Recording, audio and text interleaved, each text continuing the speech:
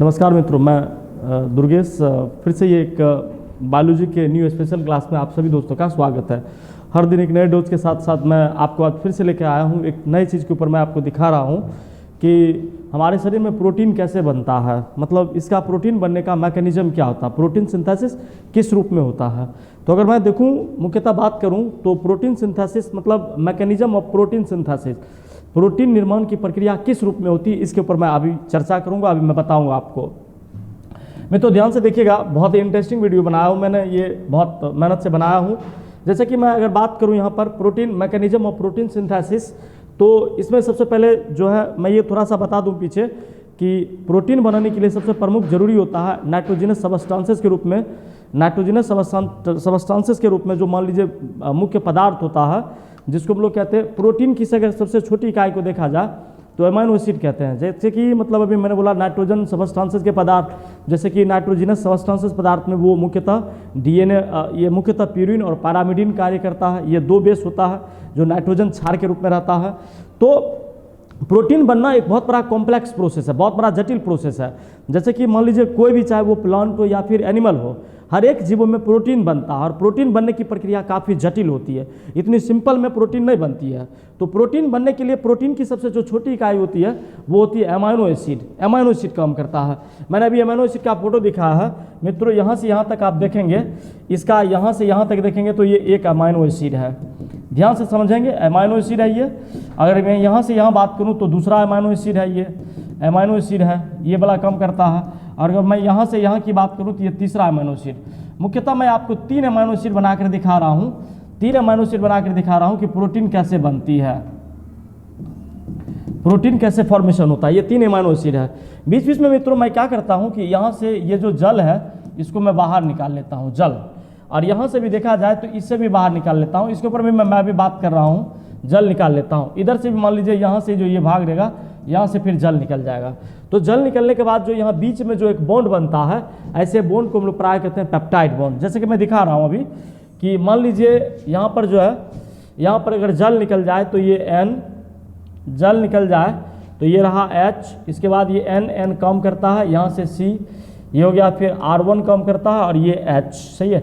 यहाँ से C double bond O, यहाँ से H2O निकल जाए तो यहाँ बच जाता है N के ऊपर फिर H, यहाँ चले गए C, यहाँ फिर R2 कम करता है, ये R1 अल्काइल ग्रुप का ये सदस्य होता है। यहाँ अगर H जोड़ दिया जाए तो C डबल बॉन्ड O, यहाँ से मान लीजिए फिर यहाँ चले जाएंगे N, H, इसके बाद जो है C, और फिर यहाँ R3 ले लिया जाए, यहाँ पर H, C, और यहाँ डबल बॉन्ड करके O ले लिया जाए, सही है। फिर से यहाँ छोड़ दिया जाए। कहने का मतलब जो ये बॉन्ड बन रहा है इन दोनों के बीच, कार्बन और नाइट्रोजन के बीच, ये कार्बन और नाइट्रोजन के बीच जो ये बॉन्ड बनता है, प्रायः ऐसे बॉन्ड को ही हम लोग कहते हैं, ये बॉन्ड जो बनता है इसी बॉन्ड को हम लोग कहते हैं पेप्टाइड बॉन्ड।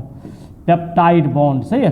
पेप्टाइड बॉन्ड ये मतलब प्रोटीन का एक, ये पॉलीमर के, ये अमीनो एसिड का पॉलीमर के ये बहुलक होता है। मुख्यतः ये मित्र पूछता है कि पेप्टाइड बॉन्ड कहाँ बनता है, तो आप हमेशा कहेंगे कार्बन और नाइट्रोजन के बीच जो है पेप्टाइड बॉन्ड बनता है। वहीं अगर मैं इसकी बात करूँ तो ये भी इधर देखते हैं आप, पेप्टाइड बॉन्ड होता है, ये पेप्टाइड बॉन्ड का काम करता है। यहाँ पर देखा जाए तो फिर यहाँ बन जाता है पेप्टाइड बॉन्ड। इस प्रकार जो है मतलब ढेरों पेप्टाइड बॉन्ड, ढेरों अमीनो एसिड एक साथ जुड़कर पूरी तरह से जो है पॉलीपेप्टाइड की एक श्रृंखला बना देती है। इस पॉलीपेप्टाइड की श्रृंखला में मुख्यतः अगर देखा जाए, मगर इसकी बात करूं तो ये देखिएगा तो मतलब अगर इसकी फिगर की बात करूं तो पॉलीपेप्टाइड का ये मतलब चेन बन जाता है, सही है। यह पॉलीपेप्टाइड का चेन ही मतलब प्रोटीन के निर्माण में मुख्यतः भाग लेता है और प्रोटीन जो हमारे शरीर में वो बनते रहता है। तो मैं आपको दिखाता हूं, मैं ओवरऑल मैं बात करता हूं, सही, छोटे से सेल से मैं आपको दिखाता हूं। जैसे कि मान लीजिए ये सेल हुआ, ये सेल के अंदर केंद्रक रहता है, ये सेल मेम्ब्रेन है, सेल मेम्ब्रेन मतलब कोशिका झिल्ली ये रहती है, और यही काम करता है ये न्यूक्लियर मेम्ब्रेन, न्यूक्लियर मेम्ब्रेन है। मित्रों समझिएगा, अगर वैसे देखा जाए तो ये हो गया न्यूक्लियस, इसी न्यूक्लियस में केंद्रिका होती है, केंद्रिका यहाँ पर जो है ये इसको हम लोग कहते हैं न्यूक्लियाई, न्यूक्लियाई होती, केंद्रिका काम करती है, या हम लोग मतलब अगर बोला जाए तो हाँ। तो मैं चर्चा कर रहा था कि ये केंद्रिका है मुख्यतः सेल के अंदर, न्यूक्लियस के अंदर जो है, सेल के अंदर न्यूक्लियस रहता है और न्यूक्लियस के अंदर केंद्रिका रहता है, न्यूक्लियोलस, ये न्यूक्लियोलस है, सही है। या इसमें जो है मुख्यतः देखिएगा आप लोग, सही है। तो मैं भी पिछले वीडियो में बताया भी था कि आरएनए जो है, आरएनए 3 तरह के होते हैं, एक होते हैं टीआरएनए, एक होते हैं एमआरएनए, सही है, और एक होते हैं आरआरएनए। तो यह 3 आरएनए रहता है और तीनों आरएनए आपस में संगठित होकर कार्य करता है। जैसे कि मैं बता दूं, प्रोटीन बनने के लिए मुख्यतः 2 स्टेप हमने बताया था। प्रोटीन बनने के लिए 2 स्टेप क्या था? एक पहला हमने बताया था ट्रांसक्रिप्शन है, ट्रांसक्रिप्शन काम करता है तब प्रोटीन बनता है, और एक होता है ट्रांसलेशन। समझिएगा मित्रों, एकदम बहुत ईजी वे में समझा रहा हूँ बेसिक लेवल से। जैसे कि मान लीजिए ये प्रोटीन केंद्रक हुआ, तो केंद्रक में जब प्रोटीन बनती है, केंद्रक में प्रोटीन बनती नहीं है, बल्कि केंद्रक में से मैसेंजर आरएनए मैसेज भेजता है कि सही है हमारे बॉडी में प्रोटीन नहीं है, हमें प्रोटीन चाहिए, सही है। तो प्रोटीन चाहिए तो इसमें टीआरएनए बनता है, तो टीआरएनए क्या करता है, मैसेंजर आरएनए को सूचना देता है कि मुझे प्रोटीन चाहिए। तो टीआरएनए चलता है प्रोटीन बनाने के लिए कहाँ, इस न्यूक्लियस से बाहर निकल जाता है साइटोप्लाज्म में। कहने का मतलब ट्रांसक्रिप्शन की प्रक्रिया जो न्यूक्लियस में होती है और वहीं ट्रांसलेशन की प्रक्रिया जो है साइटोप्लाज्म में होती है। ये बगल वाला साइटोप्लाज्म हुआ, ये साइटोप्लाज्म है। इसी साइटोप्लाज्म में जो है, साइटोप्लाज्म में मतलब ट्रांसलेशन की प्रक्रिया होती है। मतलब यहाँ पर जो है न्यूक्लियस में जो है एमआरएनए बन जाती है, एमआरएनए बन जाती है। वहीं अगर न्यूक्लियस के बाहर हम लोग चलें तो साइटोप्लाज्म में जो है वो बन जाती है, साइटोप्लाज्म में मुख्यतः जो है प्रोटीन बन जाती है। तो 2 स्टेप पूर्ण रूप से कंप्लीट होता है। केंद्रक के अंदर जो है वो ट्रांसक्रिप्शन की प्रक्रिया पूर्ण होती है, वहीं देखा जाए ट्रांसलेशन जो है केंद्रक के बाहर निकल जाती है, और केंद्र के बाहर साइटोप्लाज्म में जो है ट्रांसलेशन की प्रक्रिया संपूर्ण होती है, पूर्ण हो जाती है। तो मतलब डीएनए से सही है एमआरएनए बनने की प्रक्रिया हो जाएगी, डीएनए से एमआरएनए बनने की प्रक्रिया को हम लोग कहेंगे ट्रांसक्रिप्शन। वही जो है अगर मान लीजिए एमआरएनए बन गया तो एमआरएनए बनने के बाद जो प्रोटीन बनती है, एमआरएनए बनने की प्रक्रिया को हम लोग कहते हैं, एमआरएनए से प्रोटीन बनने की प्रक्रिया में मुख्यतः ट्रांसलेशन हेल्प करता है। तो ये मैं दिखाया ओवरऑल की एक सेल के अंदर जो है प्रोटीन कैसे बनता है, केंद्रक का क्या कार्य रहता है, वहीं पर जो है केंद्रक के बाहर साइटोप्लाज्म का क्या कार्य रहता है, मैं उसको बता रहा था। मैं अगर देखूं सही है, बात करूं अगर लोकेशन साइट देखूं कि इसका मतलब प्रोटीन बनता कहाँ है, तो प्रोटीन बनने के लिए मुख्यतः जो है राइबोसोम चाहिए। राइबोसोम को प्रोटीन बनने की फैक्ट्री कहते हैं, सही है। राइबोसोम जो है वो प्रोटीन की फैक्ट्री है, सही है। चूंकि राइबोसोम में ही प्रोटीन बनता है, राइबोसोम ही प्रोटीन बनाता है, सही है। तो इसलिए लोकेशन के रूप में देखा जाए तो राइबोसोम जो है लोकेशन के रूप में कार्य करता है, और यह मुख्यतः जो प्रोटीन बनाने के लिए एक घर प्रदान करता है। अभी मैं जिक्र किया मैकेनिज्म ऑफ प्रोटीन सिंथेसिस, सही है। प्रोटीन बनने की क्रियाविधि किस तरह से होती है, तो मैंने अभी इसमें यहाँ लिख भी दिया हूँ कि ट्रांसक्रिप्शन जो है वो केंद्रक में होता है, जिसमें जो है मुख्यतः आरएनए पॉलीमरेज एंजाइम भाग लेती है, और आरएनए पॉलीमरेज एंजाइम जो है वह ट्रांसक्रिप्शन को स्टिमुलेट करता है, सही है, केंद्रक में, जिसके कारण जो है प्रोटीन बनने की प्रक्रिया शुरू हो जाती है। वहीं अगर मैं दूसरी बात करूँ तो दूसरा एक प्रोसेस आ जाता है बहुत इंपॉर्टेंट, ट्रांसलेशन हम लोग कहते हैं, सही है। ट्रांसलेशन की प्रक्रिया मुख्यतः जो है साइटोप्लाज्म में समाप्त होती है। कोशिका के अंदर से केंद्रक के चारों ओर बाहर जो जैलीनुमा पदार्थ होती है साइटोप्लाज्म, जिसको हिंदी में कोशिका द्रव कहते हैं, तो उसमें जो है मुख्यतः ट्रांसलेशन की प्रक्रिया पूर्ण हो जाती है और प्रोटीन जो है बनना शुरू हो जाते हैं। वही मैं आगे बात करूं कि प्रोटीन बनने के लिए कितने स्टेप चाहिए, तो मित्रों समझिएगा प्रोटीन बनने में मुख्यतः अगर क्रियाविधि में देखा जाए तो 5 स्टेप में प्रोटीन बनने की प्रक्रिया जो है वो पूर्ण होती है। अगर मैं पहला बात करूं एमाइनो एसिड एक्टिवेशन, सबसे पहले जो है जब हमारे शरीर में प्रोटीन की कमी होती है तो उसके लिए जो है सबसे पहले जो है मतलब काम करता है केंद्रिका जो है अंदर न्यूक्लियस के अंदर में ट्रांसफर टीआरएनए रहता है, वह सूचना देता है। ट्रांसफर आरएनए जो है मतलब मैसेंजर आरएनए सूचना का काम करता है, तो मैसेंजर आरएनए के पास प्रोटीन बनना खत्म हो जाता है तो वो ट्रांसफर आरएनए को सही सूचित करता है कि भाई मेरे पास सही है अब प्रोटीन जो है खत्म हो चुका, प्रोटीन नहीं है। तो प्रोटीन बनाने के लिए सही सबसे पहले जो है अमाइनो एसिड को एक्टिवेट करना पड़ता है कि अमाइनो एसिड जो ही एक्टिवेट होता है तो प्रोटीन बनने की प्रक्रिया जो है स्टार्ट हो जाती है, सही है। तो प्रोटीन बनाने के लिए अमाइनो एसिड के एक्टिवेशन में सबसे पहले चाहिए एंजाइम।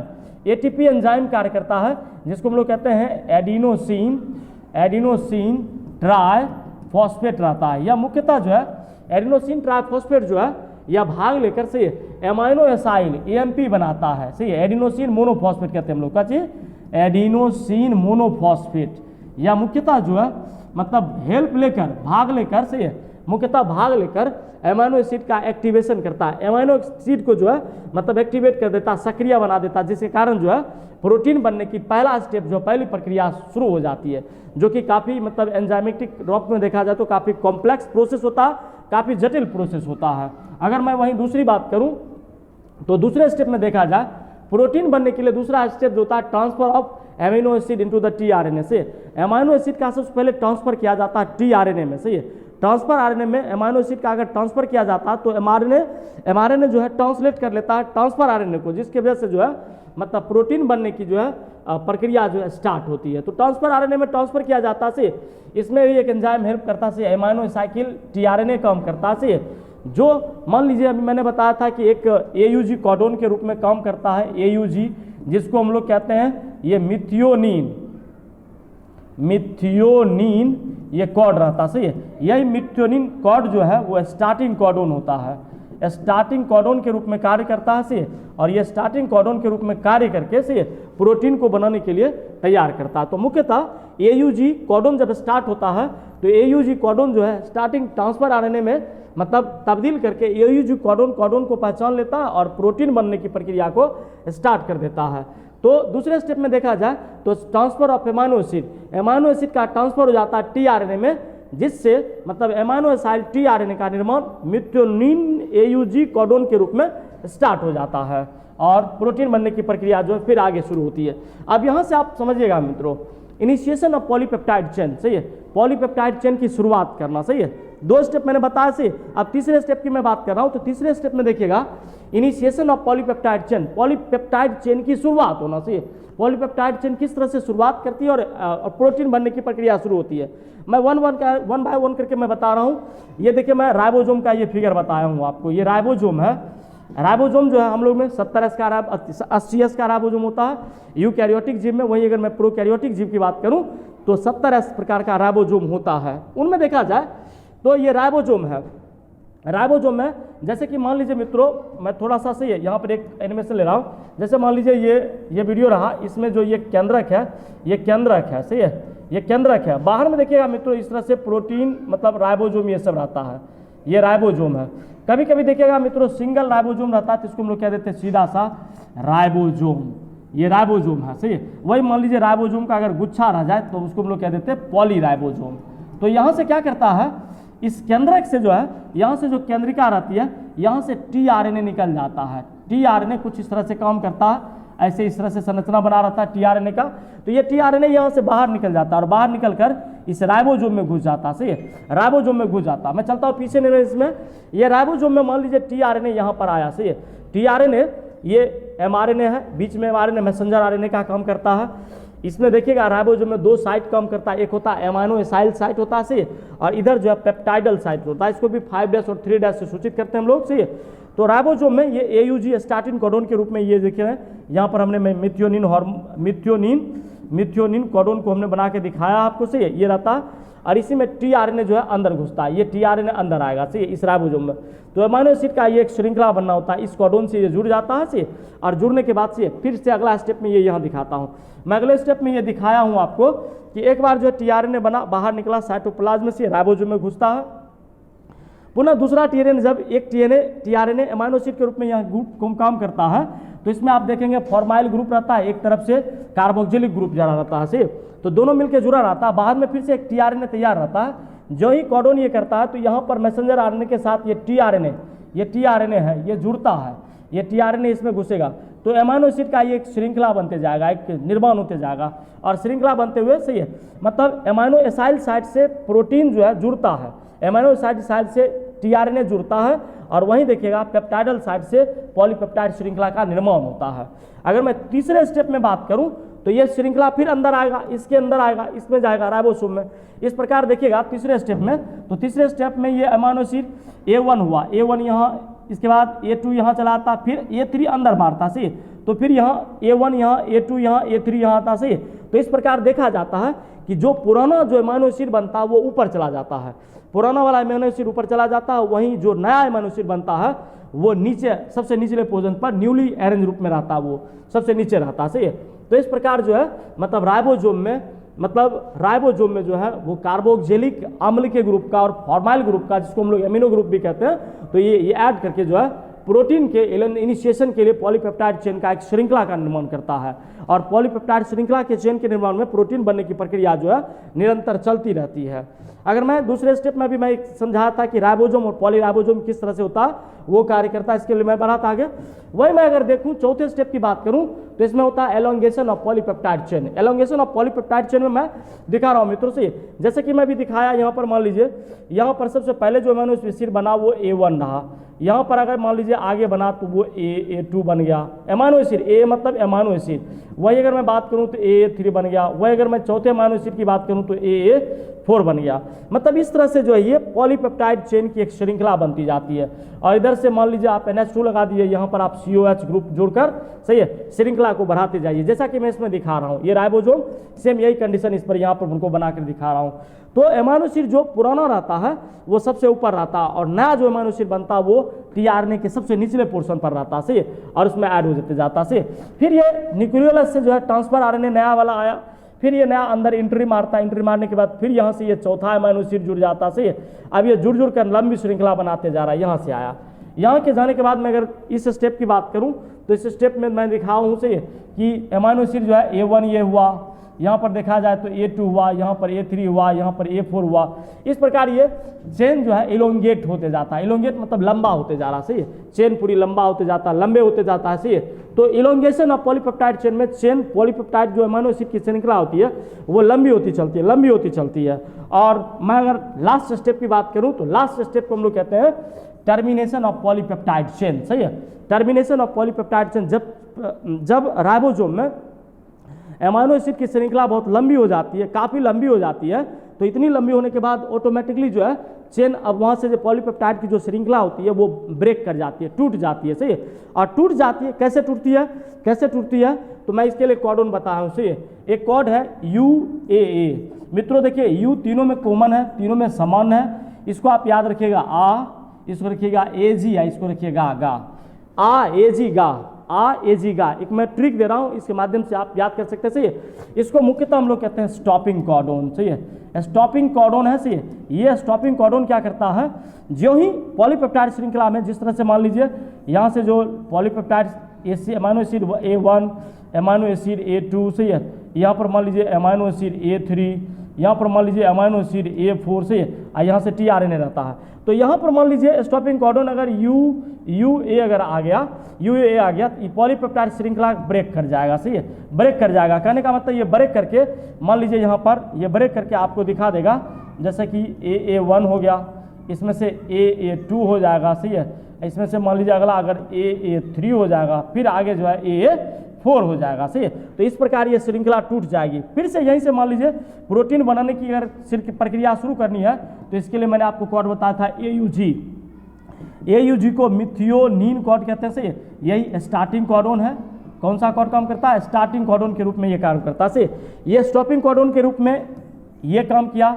अगर मान लीजिए UAG भी आ जाए तो स्टॉपिंग कोडन के रूप में काम करेगा, और UGA भी आ जाए तो ये भी स्टॉपिंग कोडन के रूप में काम करेगा, सही है। जो ही स्टॉपिंग कोडन प्राप्त होता है तो क्या होता है कि मतलब प्रोटीन बनने की जो श्रृंखला होती है, जो क्रिया चल रही होती है, वह पॉलीपेप्टाइड श्रृंखला जो है, मतलब पॉलीपेप्टाइड का जो चेन होता है वह मतलब ट्रांसफर RNA से टर्मिनेट कर जाता है, टूट जाता है। और टूटने के बाद जो है टर्मिनेट कर जाता है, तो टूटने के बाद क्या हुआ, अमीनो एसिड का श्रृंखला टूट जाता है। टूटने के बाद फिर से हमारे शरीर में जहाँ पर रिक्वायरमेंट होती है, जिस जगह में ज़रूरत होती है उस जगह पर हम लोग उसको पुनः ले जाते हैं, और सही है। और इस प्रकार जो है हम लोग मतलब प्रोटीन बनने की एक जटिल प्रक्रिया को क्लियर करते हैं, सही है। तो मैंने मित्रों आपको समझाया कि प्रोटीन बनना जो है, प्रोटीन बनने की प्रक्रिया जो है बहुत जटिल होती है, चाहे वो प्लांट हो या फिर एनिमल हो। प्लांट में भी प्रोटीन बनने की प्रक्रिया होती है, वहीं अगर मैं एनिमल की बात करूं तो एनिमल में भी प्रोटीन बनने की प्रक्रिया जो है काफ़ी जटिल होती है, सही है। तो इस प्रकार जो है शरीर में प्रोटीन बनता है, और प्रोटीन बनने में थोड़ा सा जो है काफ़ी कॉम्प्लिकेटेड प्रोसेस होता है, सही। जटिलताएँ बहुत ज़्यादा होती है, चूँकि ये एक मतलब मॉलिक्यूलर लेवल पर काम करता है, और मॉलिक्यूलर लेवल पर काम करके सही हमारे बॉडी में जो है मतलब न्यूक्लियस में, और न्यूक्लियस के बाद से फिर से साइटोप्लाज्म में जो है प्रोटीन बनाने का कार्य करता है। तो मित्रों मैं अभी दिखाया से कि प्रोटीन जो है हम लोग में किस तरह से बनता है, और प्रोटीन बनने में कितने वक्त लग जाते हैं, से किस तरह से हमने प्रोटीन को बनाकर टर्मिनेट करवाता है, कैसे प्रोटीन का एलोंगेशन होता है, से सबसे पहले एक्टिवेशन कैसे होता है, से इनिशिएशन फिर होती है, उसके बाद से एलोंगेशन, फिर उसके बाद टर्मिनेशन। तो इस तरह से पूरी प्रोसेस के द्वारा जो है प्रोटीन के जो है निर्माण की प्रक्रिया खत्म हो जाती है। मित्रों, मैं इस वीडियो में आपको दिखाया प्रोटीन क्या मैकेनिज्म, किस तरह से काम करते हैं, प्रोटीन बनते किस तरह से हैं, प्रोटीन का निर्माण कैसे होता है, इसके ऊपर मैंने जिक्र किया। सही है। तो मित्रों, आशा करता हूं कि आपको ये पूरी जानकारी मिली होगी प्रोटीन बनने के लिए। मित्रों, अगर अच्छा लगे वीडियो तो आप इसको लाइक जरूर करें। सही है। अपने दोस्तों को भी बताएं। सही है। अगर और अच्छा लगे तो कृपया शेयर भी करें, और हमारे चैनल पर अगर आप नए हो तो कृपया मेरे चैनल को सब्सक्राइब भी करें, ताकि आने वाला हर एक नोटिफिकेशन आपके तक मिले।